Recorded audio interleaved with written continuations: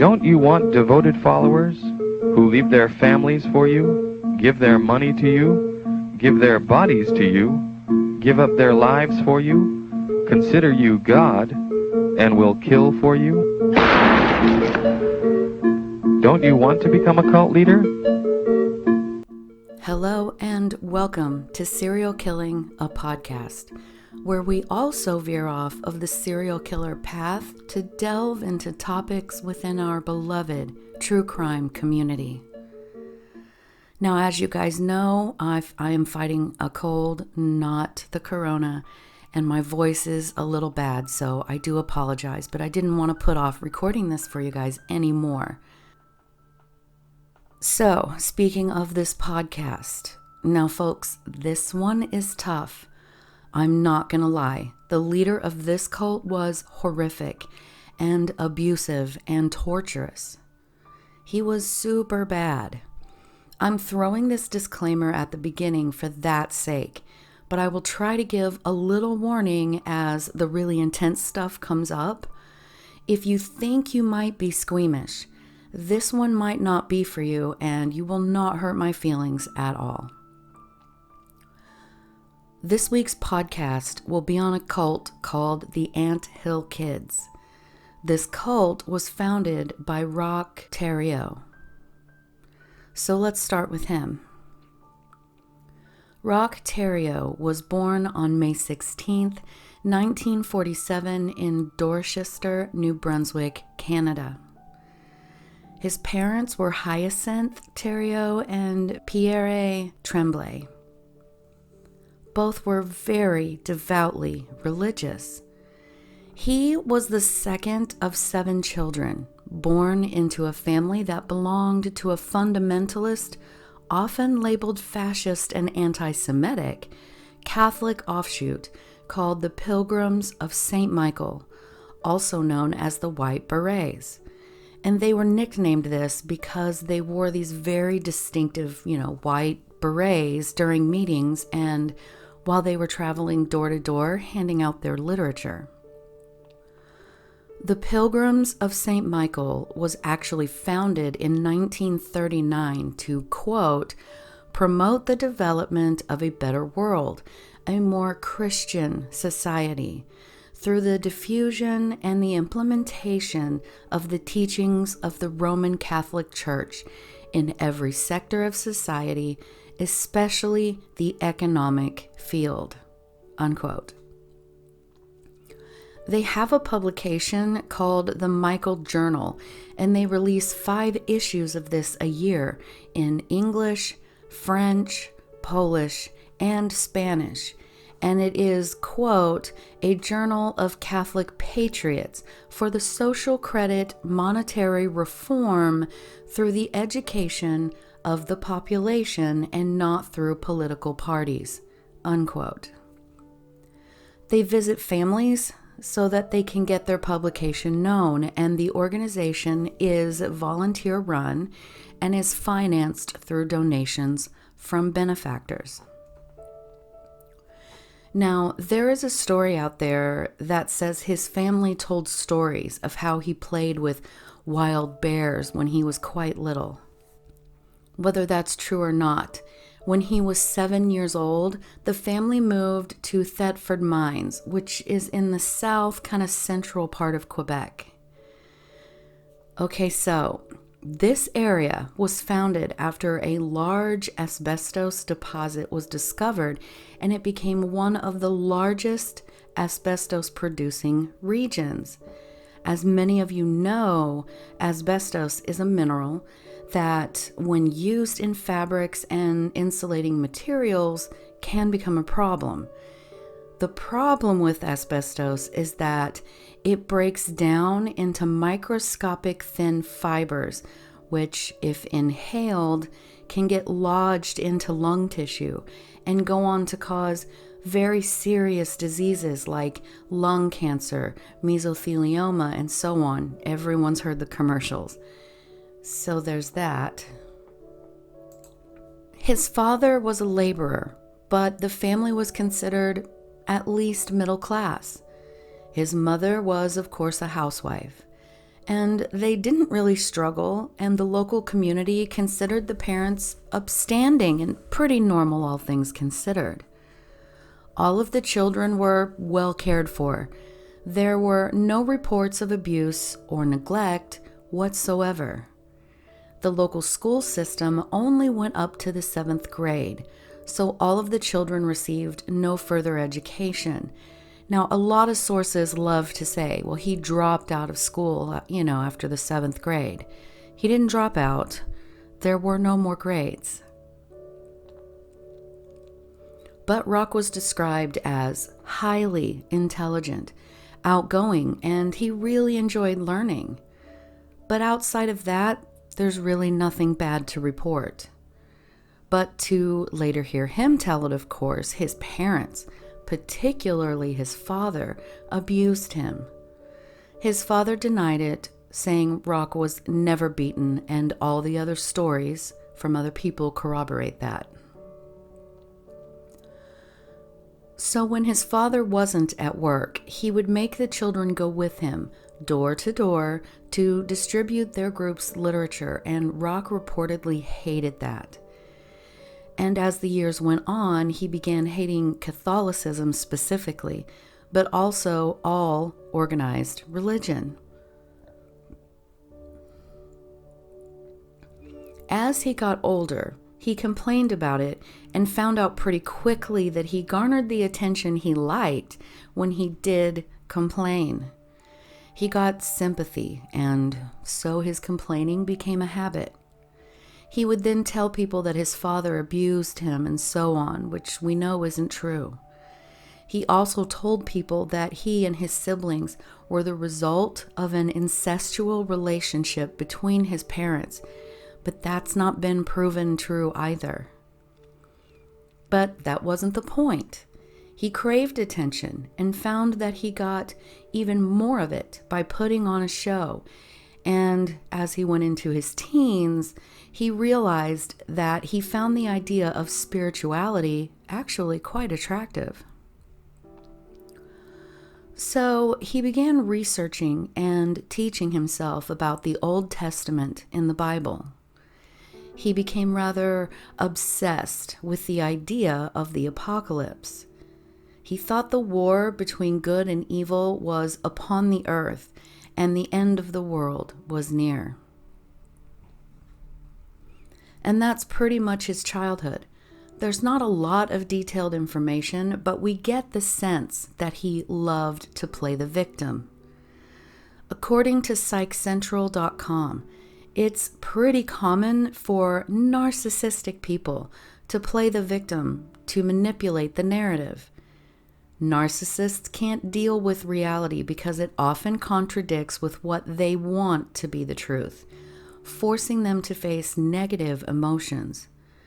To cope with this, they convince themselves that the truth really isn't the truth, and that only their point of view is real.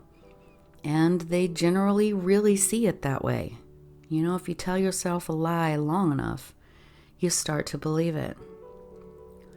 Narcissists want to know that they're right to help keep their fragile self-esteem up. They have a need to find and latch on to people who will believe them. We probably all know someone like this. The most common way narcissists create alternative stories is by a method called projecting, right? So they say the other person is just jealous of them, or being cruel to them, or is a liar and a cheat, and so on. But the bigger picture is that the narcissist is just describing and presenting themselves when complaining about that other person. A common use of deceiving language would be something like, quote, "I'm not trying to control you, Brenda. I just want what's best for you," unquote. Now, I am in no way diagnosing him with anything. As I've said before, I don't have a PhD.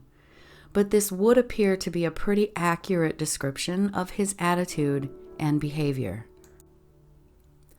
But let's continue.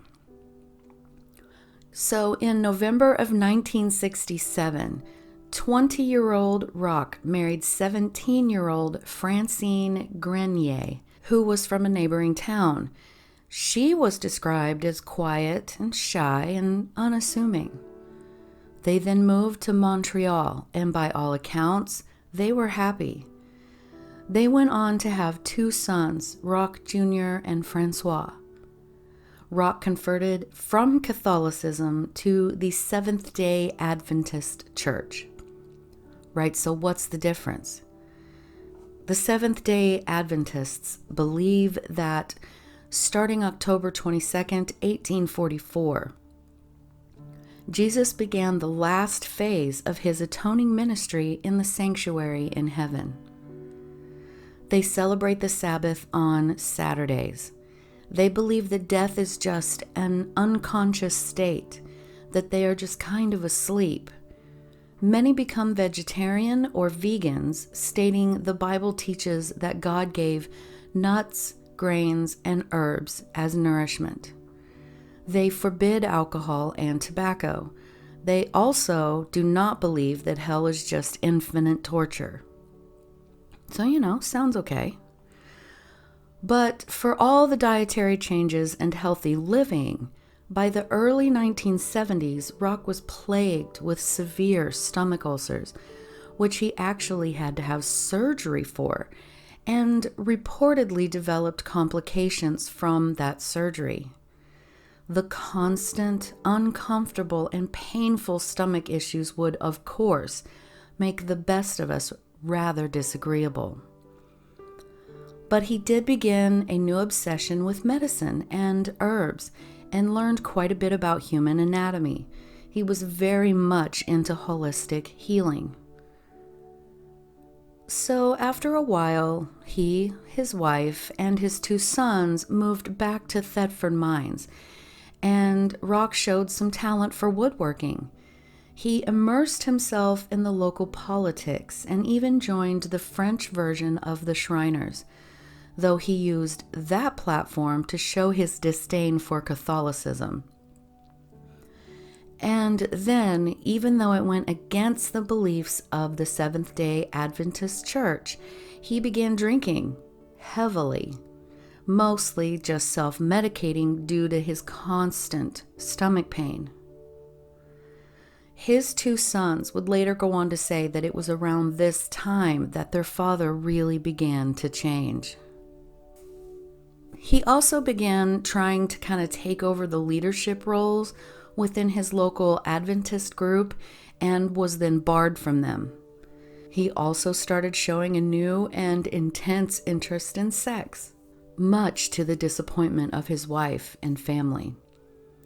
His new mistress, Giselle, became quickly his favorite, and with his lifestyle changing rapidly, it didn't take long for him to run out of money, and the bank repossessed his house.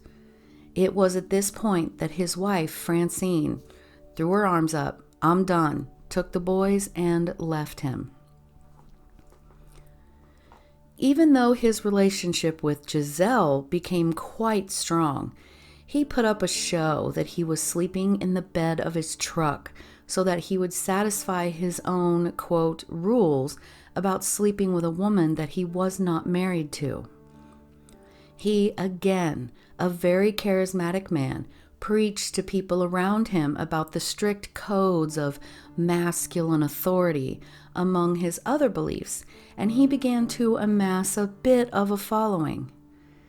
In the mid-70s, he was able to convince a very small group of people to quit their jobs or drop out of college, leave their homes, and join him in communal living in his religious movement, which at first was located in Giselle's apartment. His new followers were all between the ages of 18 to 25 and nearly all female, of course.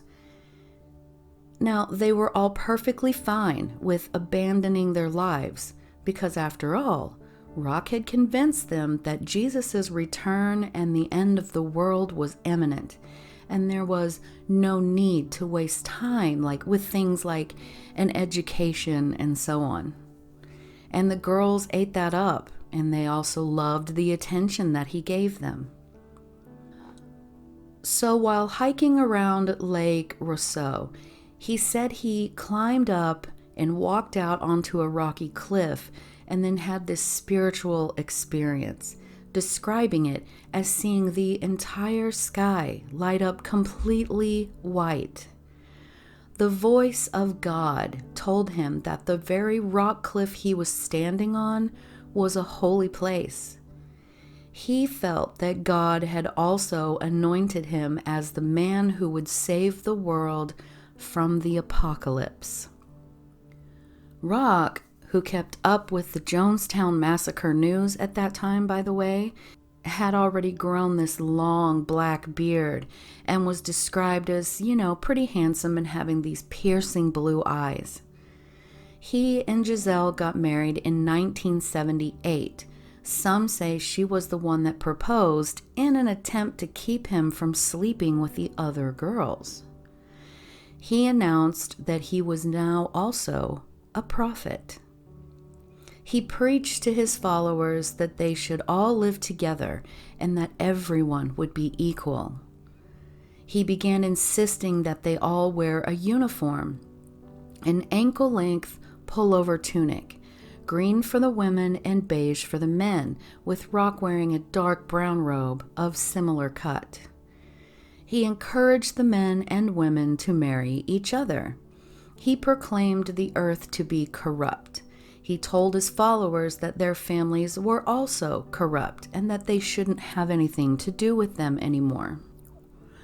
They also opened the, quote, Healthy Living Clinic, which was an alternative medicine shop where one could get organic foods and holistic literature to help cure any illness.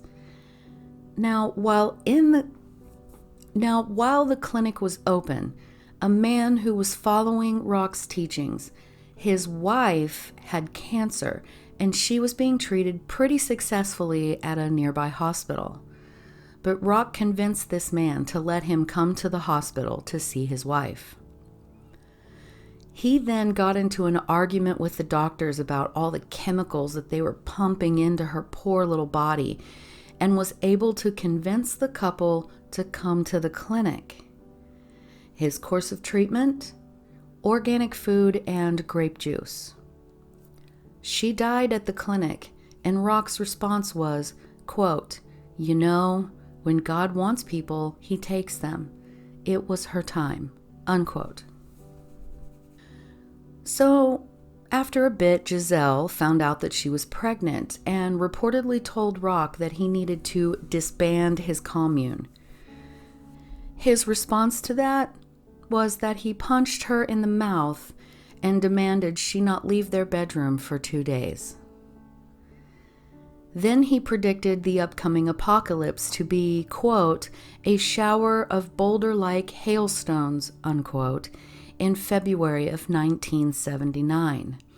But also, there was increasing police surveillance on their clinic after the woman's death from cancer. So, of course, he and his followers packed up and moved to the Eternal Mountain in the Gaspésie region of Quebec. They were able to bring in about $2,000 a month from welfare and family allowances, and they used that money to build tents and a cabin. Now, building a big communal cabin and digging a well for water, this was sometimes, almost always, at least a 17-hour-a-day job. But their commune came together pretty quickly, and as they settled in for the end of the world, the day came and the day went. And Roch blamed it on the differences between the Israelite and the Roman Catholic calendar. He then declared that all of the marriages within the commune were now void, and he began marrying the women to himself. Then Roch began strictly rationing their food. If he caught someone even nibbling outside of their ration, there would be very harsh punishments. Once he punched a pregnant woman in the side, breaking her ribs, for eating just 2 more pancakes than she had been allotted. Or he'd force them to strip naked and stand in the snow for hours. And the people did not think to question him, because that would be akin to questioning God himself. He began telling them to call him Moses.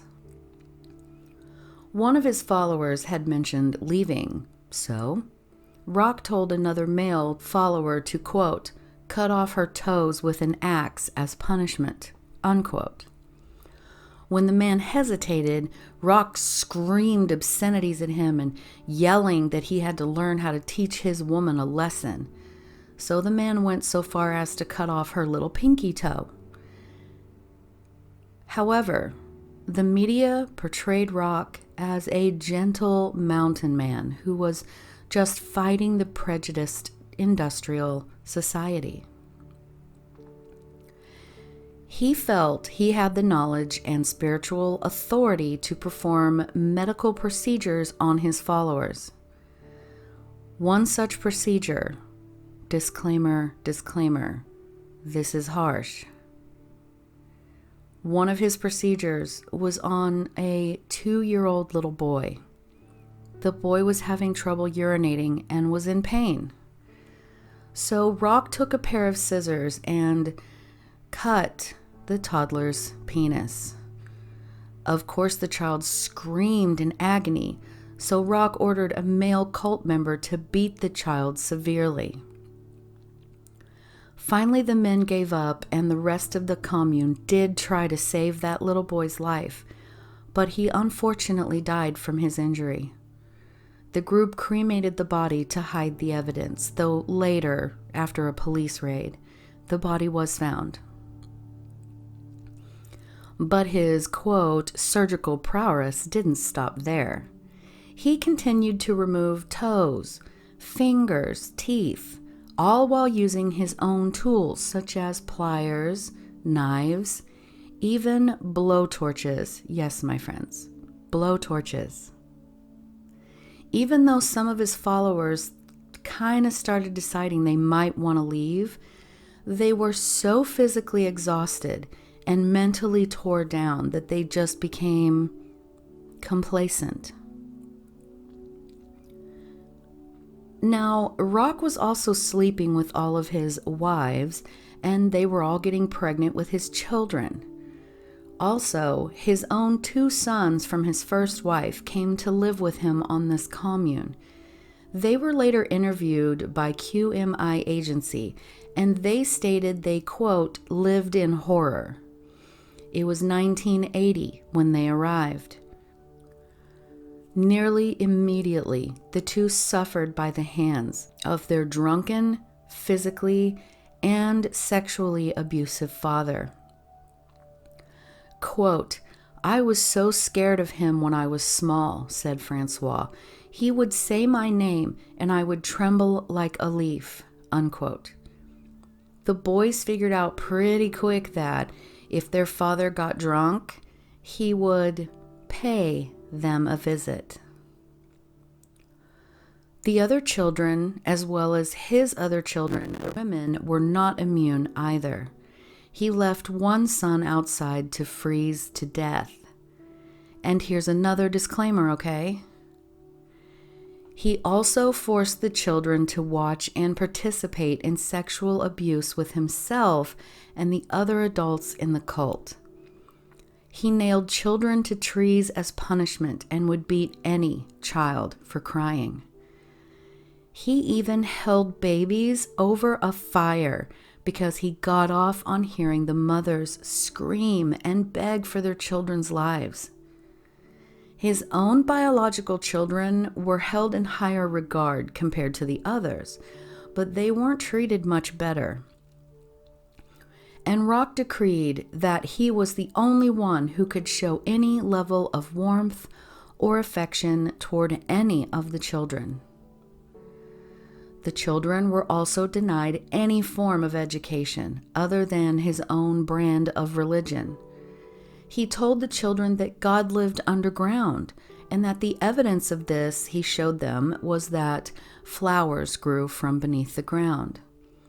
He also taught them that sometimes God required, simple blood sacrifices, which included Roch getting naked and killing a live goat, then covering himself in the blood of that animal. And he did this in front of children. Some reported that there were chanting rituals, upside-down crosses, and group sex acts. Once, some children were taken away from the group, and they were almost given back. The reports stating Roch was a, quote, pioneering spirit and experimental attitude regarding sexual education, unquote. If you can even believe that. The family members of the cult members tried desperately to get the authorities involved, but there was very little anyone could do.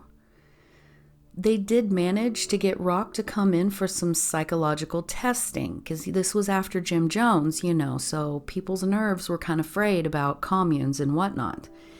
And Roch was actually able to talk to them in a way that the experts said he was, quote, merely a member of a healthy and nature-focused commune that made decisions as a group, unquote. They deemed him normal, which did nothing but prove Roch's case to himself that he could do whatever he wanted, which meant that when he got back to the commune, his abuse escalated. There is even some evidence to show that he was acquainted with forensic psychiatrist and LDS branch president, Dr. Jess Grosbeck. So there's that as well. He worked one of his wives so hard that her own uterus prolapsed and was protruding nearly 3 inches outside of her body. His medical treatment was easy. He just punched it back in there where it belonged. He then used a wooden cone of sorts to, make sure it stayed up there. He made his followers eat feces and dead mice, according to one source. If I listed out every disgusting and torturous abuse, we'd be here for hours. So let's just all kind of agree that it was absolutely horrific. So in 1989, Roch, now being 42 years old, one of his wives, Solange, came to him saying she had this pain in her abdomen. This is disclaimer, okay? So Roch apparently convinced her that it was her liver and to prepare herself for treatment. He got exceedingly drunk. He had her lay on a table. He then gave her an enema of olive oil, molasses, and water. He then began to hit and punch her stomach. Witnesses stated she put her hands up to kind of protect herself from the blows, but he would command she put her hands back down, and she did. He then forced a tube down her throat, and he had himself and everyone else breathe into it or suck the air back out. Then, using a knife, he cut her vertically from just under her ribs on her right side, about 5 inches. He pulled out some of her intestines, ripped them off, then said, quote, "There, you're going to be all right," unquote. He had another person sew her up, and she was somehow able to get off that table. Roch ordered her to take a hot bath, and then a cold bath. She then went to bed and died in agony from her treatment, quote unquote. His eldest 2 sons witnessed this whole show, later saying he was like a shark that just needed to see blood. But surprisingly, Roch was very upset at her death and became obsessed with bringing her back from the dead, claiming that he had the power of resurrection. You guys are not going to believe this. He ordered his followers to take out her uterus and then had them cut a hole into her skull. He then made the men ejaculate into the hole, This obviously did not work to bring her back to life, so he had them bury her in the woods, but he took one of her ribs as a keepsake that he wore in a pouch around his neck. Then that same year, another follower, Gabrielle, was overheard complaining about a toothache. Roch pulled several of her teeth out with pliers. He then cut a tendon in her hand with a knife. This is what she said about that night. Quote, "He was standing, looking like he was in a trance. I was helpless, long enough for him to decide that the arm had to come off." Unquote. He used a carpet knife and a meat cleaver and chopped her arm off. She was stitched up by another member. Not long after, Gabrielle decided it was time to leave. She took off running through the wilderness, then hitchhiked to a hospital, where she told the police what had happened to her, among other atrocities. And this prompted a raid on the commune. But by the time the authorities got there, he and 3 of his followers had run. They managed to evade capture for a month and a half before they were finally found. All were arrested. For the death of Solange, he pled guilty to second-degree murder and was given life in prison in 1993. In 2011, 63-year-old Roch was found dead in his prison cell from a stab wound to the neck, having been killed by his cellmate. Most all of the children, after Roch was caught and put away, were put into foster homes.